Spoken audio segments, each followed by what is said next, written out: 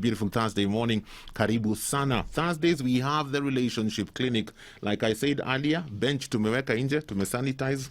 Mkae na maintain social distance as we get into our discussion today. Today we are looking at the upsurge of domestic violence in this season that we are in, and we are trying to answer the question, why is this happening? And then what is the way forward? So looking at cases, reported cases of domestic violence in the country, January, we only reported about 50 cases. February, they shot up to 62. But interestingly, when we came into the month of March, they've gone up to 106 cases. March ndio hii maneno ya COVID ilianza kutuchapa as a nation, and then all these restrictions that have been put into place. Schools were closed, children were sent home, people have been advised to work from home, some people lost their jobs, some people are on compulsory leave, curfew is in effect, and so there's a lot of things that are affecting the family unit. And most likely when the report for the month of April comes out, it may even be higher than the month of March. And looking across the globe, it's the same thing. Cases of domestic violence, whether it's in America or in the European countries, seem to be on the rise with what's happening. Why is this the case? That's what we want to look at today on the Relationship Clinic, and also inviting your thoughts, questions, and also if you want to share an experience, you are most free to do so. In studio today, marriage counselor Timina Charles. Timina, how are you doing? I'm doing well. It is good to have you. Thank you, James. I've been telling people now all of us are superheroes because we have a mask. Oh, true. Superheroes are the ones who wear masks. True. So It's a new experience. it is. Yeah. It is. But we'll get through it. Yeah. How would you say this COVID-19 has affected our family units? Thank you, James. Mm-hmm. It's a good question. But I would like to say that during the time of crisis, such as natural disasters, epidemics, wars, epidemics, most likely there will be escalation of domestic violence. Oh. So it is not a new thing that is happening. That is what it has been. Okay. Now coming to COVID-19, James, I would like to say that it has caused relapses and worsening the existing mental issues. Remember, there are people who've been having mental issues. Yes. And that they have been going regularly to see outpatients, to be seen for outpatients, for prescription and evaluation. Yes. And because of restrictions of movement, they are not able to do that anymore. Yes. That would bring relapse. Okay. So another thing that has brought that is causing the domestic violence to increase is because of the COVID-19 has brought economic downturn. Yes. People have been given forced unpaid leave. You are going home with nothing. Yeah. That one is alone, as a man, as a woman, is enough to cause mental disability, instabilities. And it can cause, even not well taken care of, it can lead to domestic violence. Okay. Look at a scenario where we are able to see, or in daily report we are able to see how many people are being infected across the world, and the death. It is enough to raise anxiety. There's also mental instability. Look at uncertainty about tomorrow. Someone who was forced to go for unpaid leave is asking himself, will I be taken back after COVID-19? How the life will be after this? So all these things, James, would cause mental instabilities. And these are the time family units or people who are in relationship should develop family system support to support each other, because these things are going up. Domestic violence, it is where someone is trying to dominate and control the other person. Yes. And in most cases it happens, or some of them happens because of drug and alcohol. Others is because of low self-esteem. They're able to control their angers. Yeah. So there are many reasons that it causes domestic violence. And in our relationship, James, I would like us to assess our relationship before this visitor, COVID-19, came in. Yes. How are our relationship? For us to be able to develop a family support system, Yes. we must assess our relationship. And I would ask ourselves, before this visitor, how was your relationship? Was your relationship healthy or unhealthy? You realize many people were in unhealthy relationship. Okay. People live like strangers in the marriage. Yes, because we are busy. We are busy. Yeah. Not even that. Yeah. In fact, being busy is a mechanism to survive in that straining relationship. Yes. We realize that you have no choice. You're gonna make this relationship work. Yeah. And it is Yeah. a training relationship. You develop a mechanism, avoidance mechanism. You keep yourself busy. Yeah. So people have been living like strangers Yeah. in the family. People don't understand each other personalities, don't understand each other weaknesses, Yes. or their strength. They are strangers. No effective communication skills that are being applied, because you wake up, good morning, have a good day. Saa zingine That's hata your all. good morning haikuagi. Haikuangi. And then you come in the evening. Yes. Hi. If you are lucky, we'll be able to have meal together. If you are not, we'll not even meet. So people have been living like strangers in Yeah. the family. Now COVID-19 have sent you home to that unhealthy relationship. You're there the whole day. You were there the whole day. Yeah. People have been working from the houses. And it has been very difficult for many people. In a healthy relationship, it is where people are friends. Yes. People are able to pour out their feelings. People are able to talk about their ideas. They feel safe in such a relationship. People treat each other with kindness. Yeah. But come to an unhealthy relationship, no value each other, no respect. It is opposite of that. Yes. So in such an unhealthy relationship, domestic will rise. Because now you are there throughout the day, observing each other movements. It will increase domestic violence. Okay. And that is why I would call us to come back and make our relationship healthy first. For us to be able to overcome the challenge, Yes. we make our relationship healthy. How can we do this? Yeah. We can do this by asking ourselves, where have you been feeling? People came into that relationship with baggage. Yes. They are differentiated people. People who are not differentiated, they are not able to know, they don't know themselves. They carry the things from their families of origin. So they are not themselves. That's very interesting because, on Tuesday, Yes. we were having a discussion about parenting, and we were talking about the parenting pyramid. And the first step in that pyramid is knowing yourself.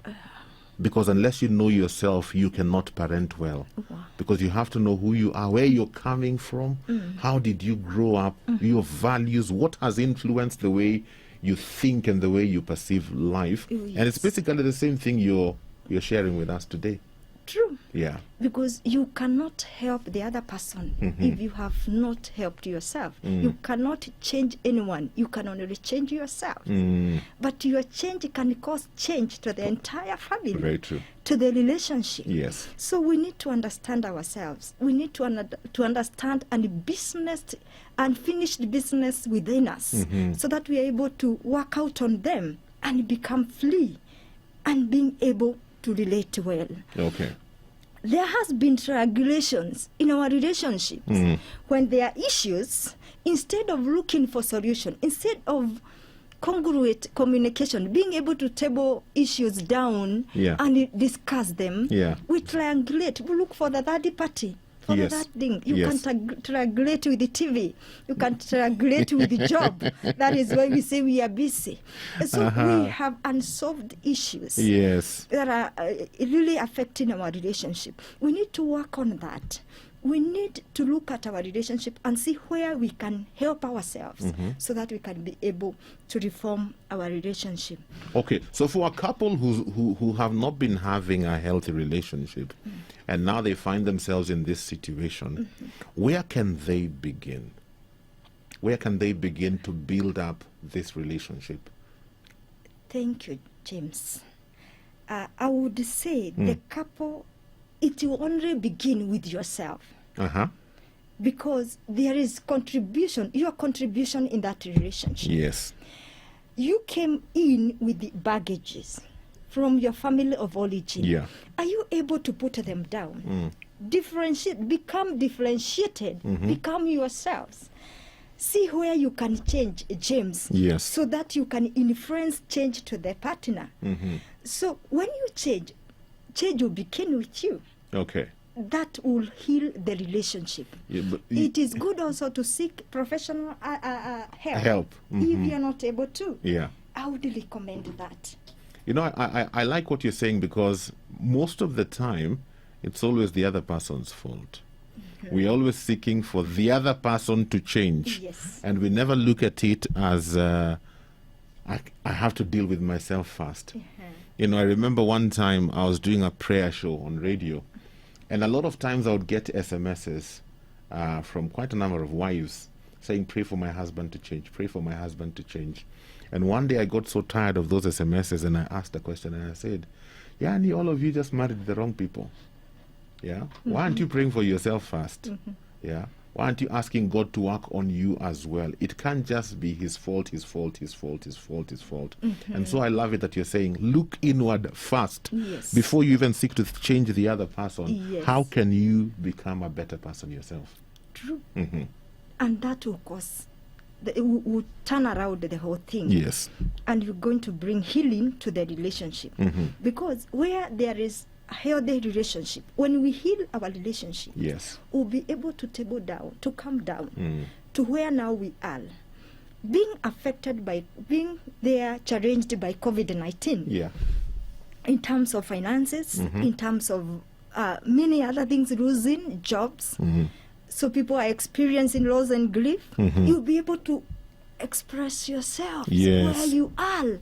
And that is the beginning of your healing. When you're able to share your feelings, your difficulties with your partner, that is the beginning of healing. Because you support each other. And that is why I would say we should also check out on our communication skills. Our communications. We should achieve what we call in our relationship congruent communication or assertive communications. That is where you are able to express yourself without hurting the other person, with the respect of the other person. And that way, the other person will listen to you. So effective communication should be looked at it in our relationship. I like that, because I find that sometimes in a situation like this where there's so much stress, speaking as a man, the tendency is to lock up. I'm worried about providing for my family. I've lost my job, or my salary has been cut. I'm on compulsory leave. And so there are all these things weighing down on me, and I don't want to discuss them with anybody, especially my wife. No.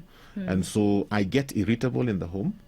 You know, the very people I'm worried because I want to give them a good future and to protect them, they end up becoming like an enemy, because anytime the kids are jumping on the sofa, I'm irritable. My wife asks for, can we get some milk? I'm irritable because I'm thinking we don't have enough money. So does communication help in a situation like that, where a couple is able to come together and just lay on the table, these are the fears that I have, this is where we are, these are the concerns I have. You know, does that talking help? That's right, James. What we need to do where there is good communication, or effective communications, people are able to calm down and table what they have as a family. And within that, they need to adjust themselves. Yes. You may be using 5 packets of milk. Now, within what we have, we can only afford 1 packet of milk. Yeah. That is where I'm saying, if we are able to communicate, if we are free to one another, we'll be able to air out, Yes. to pour out our concerns, and that will be working toward what we have.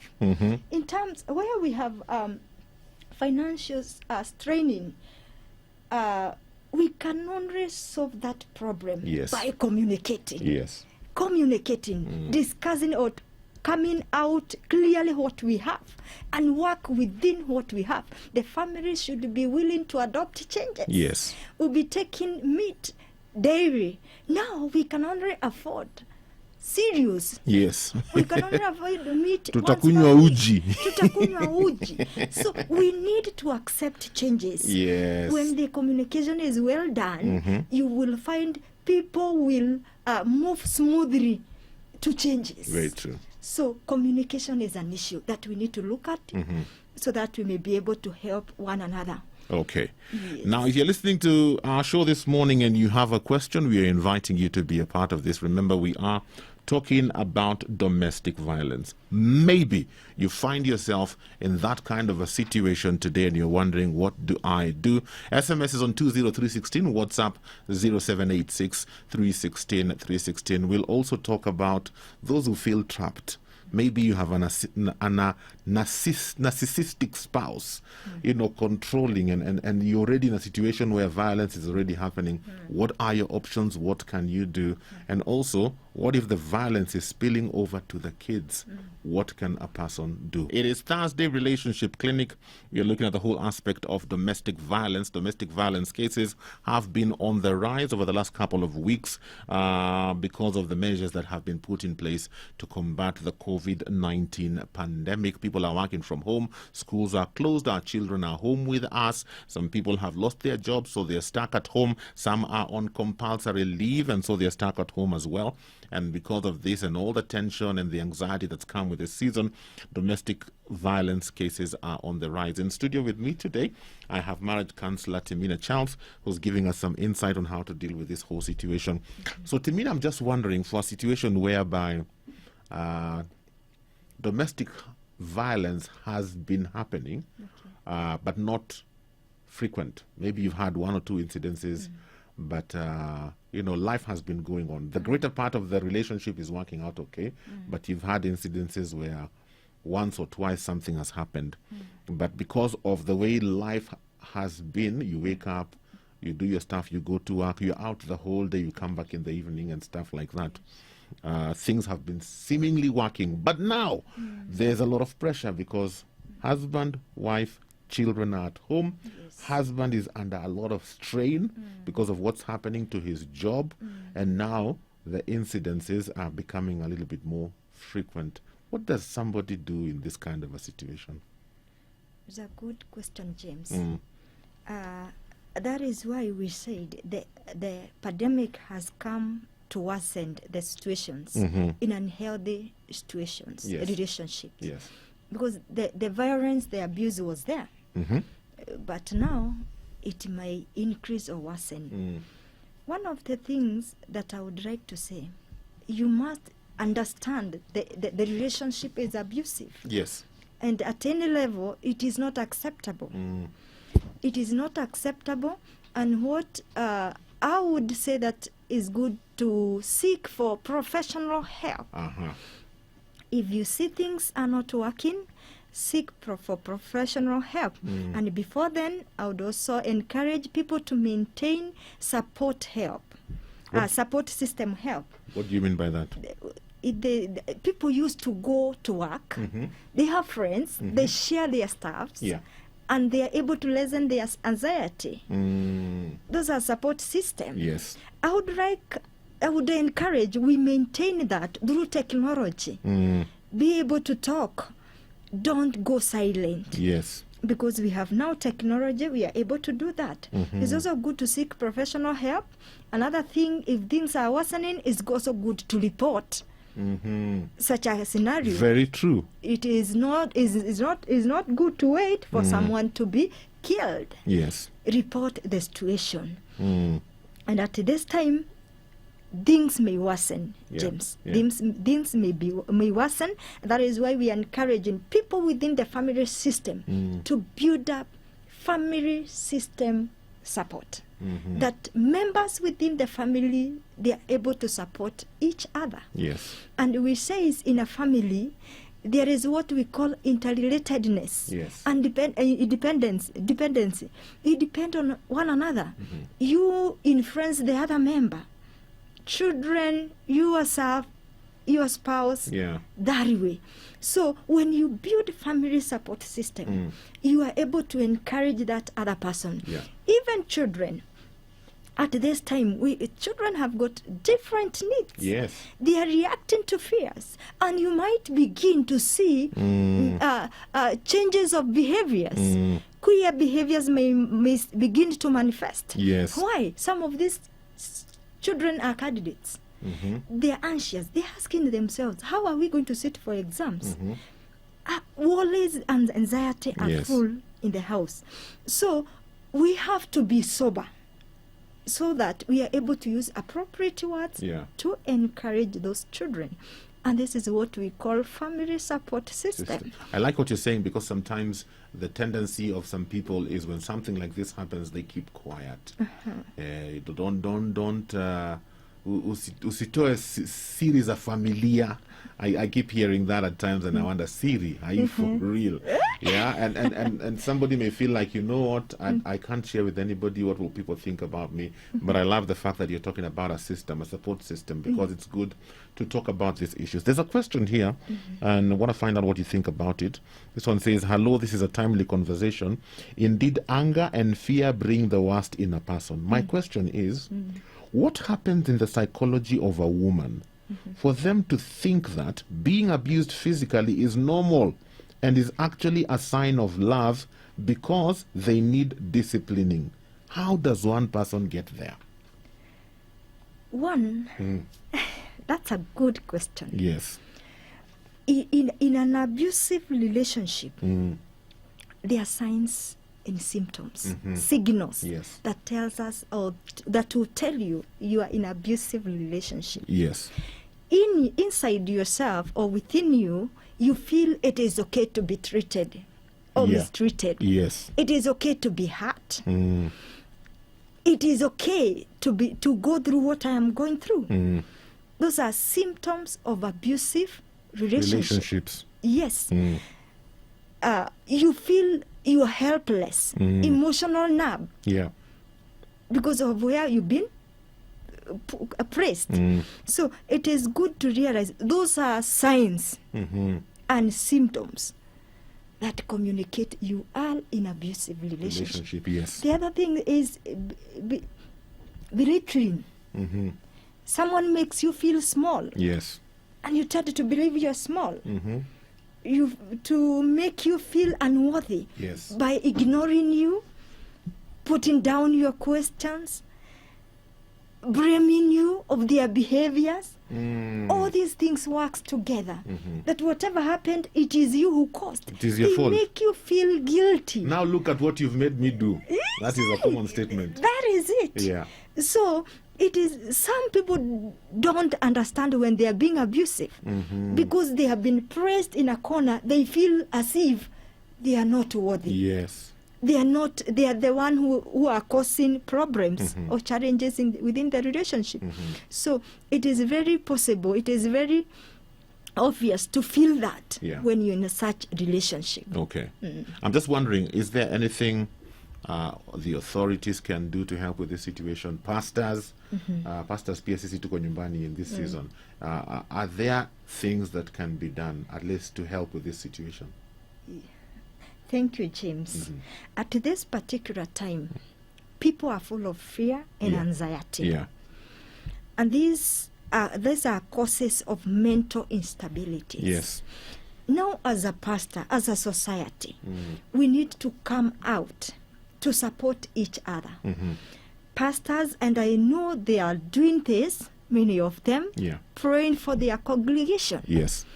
They are sharing sermons of encouraging. Encouraging people to trust in the Lord. Yes. Encouraging people to develop or to observe family rituals.